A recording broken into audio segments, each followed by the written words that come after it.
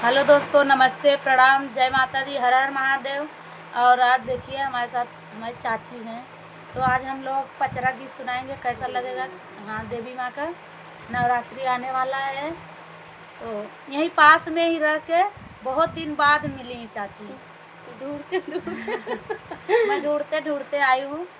तो आप लोग का ये मेरा देवी गीत कैसा लगेगा मेरी चाची का, आप लोग कमेंट बॉक्स में ज़रूर बताइएगा, और जितना भी उसे लाइक शेयर सब्सक्राइब जरूर कीजिएगा। हाथ ली